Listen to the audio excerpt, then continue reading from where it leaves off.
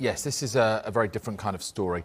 We have a statement reaching us from Manchester United as we wait to find out the conclusion of their internal investigation into striker Mason Greenwood. So let's bring you the statement. Look, I'm coming at that from a pragmatic point of view. I'm not moralising about Ben White. I'm not a fan of journalists moralising about footballers, and they've got a right to their privacy. So he has his reasons for what happened in Qatar. I don't think he has to explain the he said, she said of it all. And until Friday night, I think I'd have probably said you can leave it at that. But the reaction of the Wembley crowd, I think it's unprecedented. Somebody scoring for their country and being booed afterwards. I know we're in an era where fans love to boo anyway.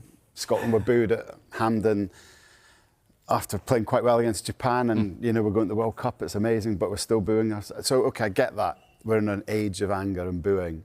But I just feel that from a practical point of view now, if Ben White's to have a longer England career, he needs, or it appears the public needs something from him.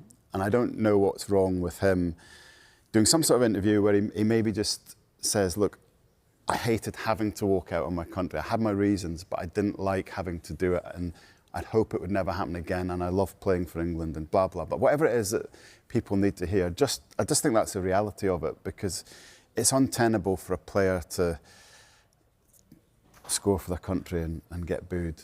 Been rocked by one of the most dramatic and controversial comebacks in recent memory, as Mason Greenwood has officially sealed a sensational return to Manchester United. After a turbulent period that saw him depart English football and rebuild his career at Olympique de Marseille, few could have predicted such a stunning twist. Yet, against all odds, Greenwood is back at Old Trafford, and the reaction has been nothing short of explosive. His resurgence in France was nothing less than remarkable. Week after week in League One, Greenwood rediscovered the clinical edge, composure, and fearless attacking instinct that once made him one of the brightest young prospects in Europe. Goals flowed, confidence grew, and slowly, the narrative around him began to shift.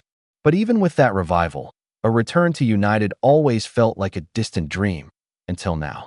At the heart of this extraordinary move is Michael Carrick, whose influence behind the scenes proved decisive. Carrick's belief in Greenwood's talent and readiness to reintegrate him into the squad has been described as bold, risky, and potentially revolutionary.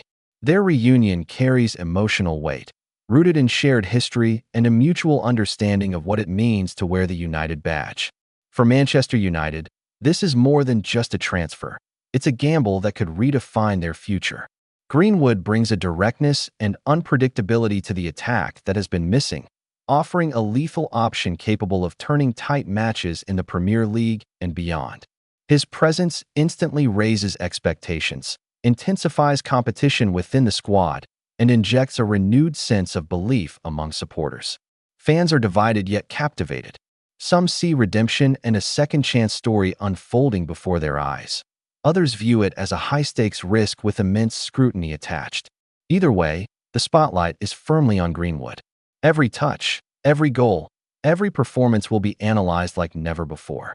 This is not just a return, it's a defining chapter.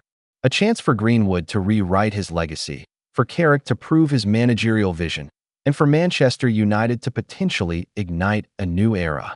Football thrives on drama, and right now, this story sits at the very center